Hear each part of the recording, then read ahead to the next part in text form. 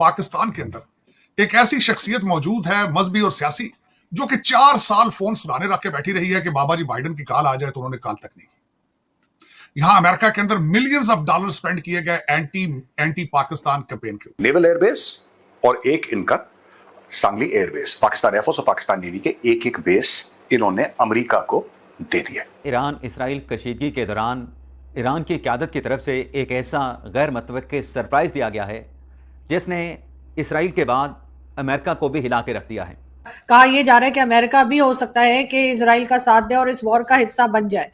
ये कितना एक तरह से डेंजरस हो सकता है। बहुत से लोग कह रहे हैं कि अगर अमेरिका भी बीच में आ गया तो ये वॉर या ये लड़ाई जो है ये काफी खतरनाक हो सकती है। अब इस जंग में, इस कशीदगी में जो इसराइल की तरफ से अमेरिका पे प्रेशर डाला जा रहा है, दबाव डाला जा रहा है कि ईरान के खिलाफ जंग में इसराइल के साथ अमेरिका भी शामिल हो, लेकिन इस प्रेशर के बावजूद जो ईरान का दिया गया सरप्राइज़ है उसने अमेरिका को भी खौफ में मुब्तला कर दिया। पाकिस्तान की हरकतें पहले से रही हैं।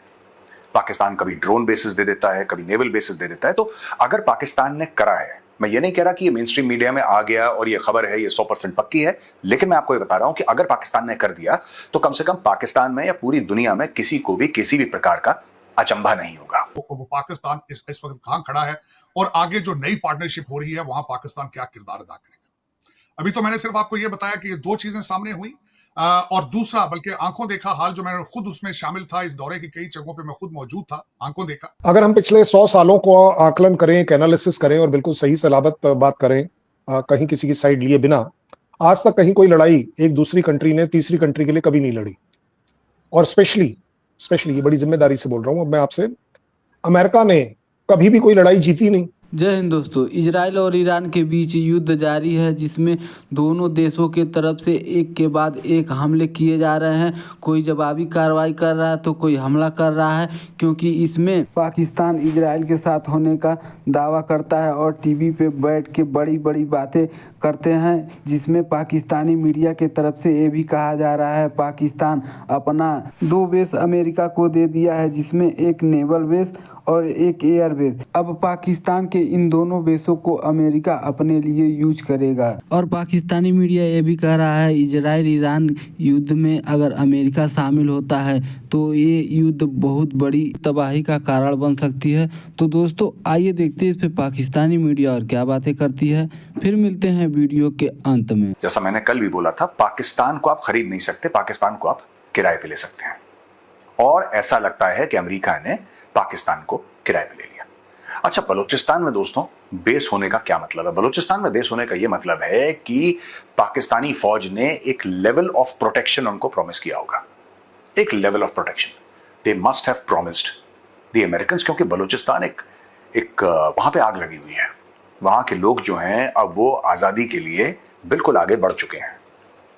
ऐसे में आप किसी फॉरेनर को या फॉरेन प्लेयर को वहां पे इनवाइट करें तो मुझे लगता है बड़ा जोखिम का काम है। इसका मतलब आसिम मुनीर के लेवल से कोई गारंटीज गई हैं कि अगर अमेरिकन इस एयरबेस को यूज करते हैं, पहली चीज, so we can guarantee 100% safety. अब कैसे करेंगे, चाइनीज को कर नहीं पाए, लेकिन कोई बात नहीं। एक तो दोस्तों ये बात है। दूसरी चीज जो मैं सोच रहा हूं कि you see at any point in time अगर ये देखिए ना, ये दी क्यों है, ये जाहिर सी बात है ईरान को लेकर, ठीक है, क्योंकि वहां से बलूचिस्तान से इनका बॉर्डर भी मिलता है।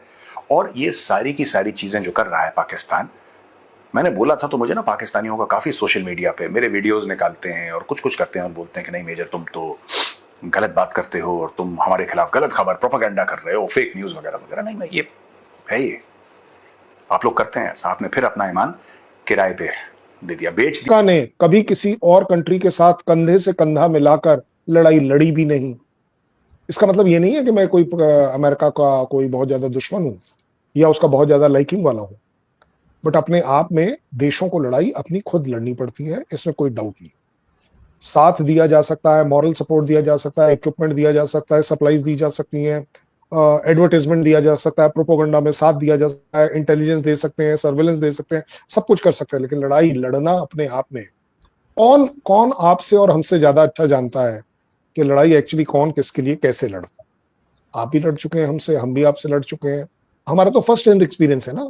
हमें कोई क्या समझाएगा कि अमेरिका क्या कर लेगा, यूएस क्या कर लेगा, रशिया क्या कर लेगा, चाइना क्या कर लेगा। लेकिन फिर भी अमेरिका ये लड़ाई ऑलरेडी नहीं लड़ रहा है, मैं इस बात को चैलेंज करता हूं। अमेरिका तो ऑलरेडी लड़ रहा है। अगर हम पिछले 7-8 दिनों की ही बात करें, अगर इस लड़ाई को लेकर चल रहे हैं ईरान इजराइल में, तो इसके रिलेटेड इंटेलिजेंस आपको क्या लग रहा है अमेरिका नहीं दे रहा? सर्वेलेंस वो नहीं दे रहा है?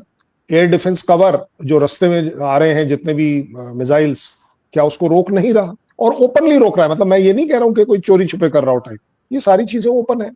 तकरीबन 800 के करीब जहाज का जो लोड अब तक सप्लाईज का इजराइल में आया है, उसका क्या मतलब है? अब आप ये समझ लीजिए 90,000 टन से ज्यादा का सामान इन 800 एयरक्राफ्ट में आया है, क्योंकि उस एयरक्राफ्ट की उतनी कैपेसिटी है। मैं ये नहीं बोल रहा कितना कम आया या ज्यादा है, मुझे नहीं पता, बट अगर 800 हरकुलिस एयरक्राफ्ट की आप टोटल कैपेसिटी देखेंगे तो आप पाएंगे कि तकरीबन 90,000 टन के हिसाब से आती है। तो इतने सामान में या तो पत्थर आए होंगे, या रेत आई होगी, या हथियार आए होंगे, या एमिनेशन आया होगा। मेरा अपना आकलन है हथियार उतने ज्यादा ना भी आए, बट एमिनेशन जरूर आया होगा। एयर डिफेंस के रिलेशंस में, मिसाइल्स के रिलेशंस में, रॉकेट के रिलेशंस में ये जरूर आया होगा, इसमें कोई शक नहीं। अब आती है बात कि क्या लड़ाई में अमेरिका खुद उतरकर इजराइल के साथ लड़ेगा या नहीं। वो मुश्किल हो सकते हैं, अवाम को उनको बर्दाश्त करना पड़ेगा, अवाम को उन मुश्किल दिन के लिए खुद को तैयार रखना होगा। अब नाज़रीन, यहाँ पे मौजूदा सूरत हाल में जो तबाही इसराइल के शहरों में देखने को मिल रही है, ईरान तो माजी में भी जंग में रहा है, लेकिन इसराइल को इस किस्म की रिटेलिएशन का, जवाबी कार्रवाई का कभी सामना नहीं करना पड़ा।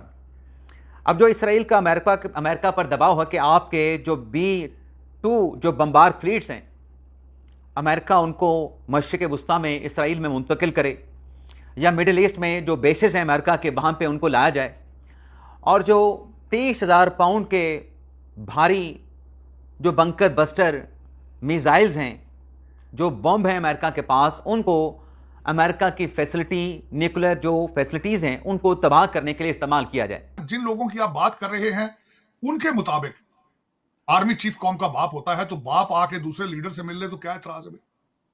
उनके मुताबिक जो है वो तो पूरा, बाजवा साहब was the father of the nation, लेकिन आज नहीं है। जब तक उनको गोद उठा के 2018 के इलेक्शन के जरिए असेंबलियों में ना लेकर आए और करप्शन में इन्वॉल्व ना हो, तो हर चीज पे एतराज है, और वो एतराज बंद नहीं हो सकता। अफसोस के साथ कहूंगा, जिस टोले की आप बात कर रहे हैं वो डिक्टेशन लेते हैं मेरी दीदी बरखा दत्त जैसे लोगों से, जिन्होंने ये खबर उड़ाई थी कि आर्मी चीफ साहब ने अंदर डोनाल्ड ट्रंप साहब को खमनाई, ईरान के खमनाई की लोकेशन दी है। अफसोस के साथ कहूंगा, अमेरिका को लोकेशन का क्या ख्याल है वो पाकिस्तान से लेने की जरूरत है? वो खुद रोटियां नाक में डालते हैं। लेकिन मैं इनसे कहूंगा, कोशिश करें पाकिस्तान से मोहब्बत करने की। आप जैसे जितनी मर्जी अच्छी इंग्लिश बोल लें, जितने मर्जी अच्छे आप बाल बनवा लें, लेकिन you are Pakistani. Bottom line is a Pakistani. Pakistan सब उनको हम एक तरफ रख देते हैं, लेकिन वैसे हाइपोथेटिकली अगर हम बात करें तो एक पॉलिटिकल गवर्नमेंट का जो लीडर होता है उसको जाना चाहिए था। ये तो हम, आपकी जो बात है वो एक तरफ, लेकिन होता ये दुनिया में कि जो पॉलिटिकल लीडरशिप होती है वो जाती है, लेकिन यहाँ पर थोड़ा सा तवाज़ुन डिफरेंस था, इसलिए मैंने भी ये सवाल किया क्योंकि सबके जहनों में ये सवाल आता है। चलो आगे बढ़ते हैं। यहाँ से हम इसको बहुत बड़ी सफारती कामयाबी करार दिया जा रहा है पाकिस्तान की, कि पाकिस्तान को सफारती सतह पर बहुत पजीराई मिली है। दोस्तों, जैसा कि आप लोगों ने वीडियो में देखा, प्रधानमंत्री नरेंद्र मोदी ने अमेरिका के दावत को ठुकरा दिया था, और वहीं पाकिस्तान ने अमेरिका के दावत को कबूल करके अमेरिका में कई घंटों तक ट्रंप के साथ दावत किया। और जिसके बाद पाकिस्तानी मीडिया के द्वारा ये भी कहा जा रहा है कि उन्होंने पाकिस्तान के एयरबेस और नेवल बेस को अमेरिका के हाथों गिरवी रख दिया है, जिस पे पाकिस्तानी मीडिया तमाम बातें कर रही हैं। और पाकिस्तानी मीडिया ये भी कह रहा है कि अमेरिका कभी भी आज तक किसी भी देश के तरफ से युद्ध नहीं लड़ा है। तो दोस्तों, वीडियो अच्छी लगी हो तो शेयर एंड सब्सक्राइब जरूर करें। फिर मिलते हैं नेक्स्ट वीडियो में। जय हिंद।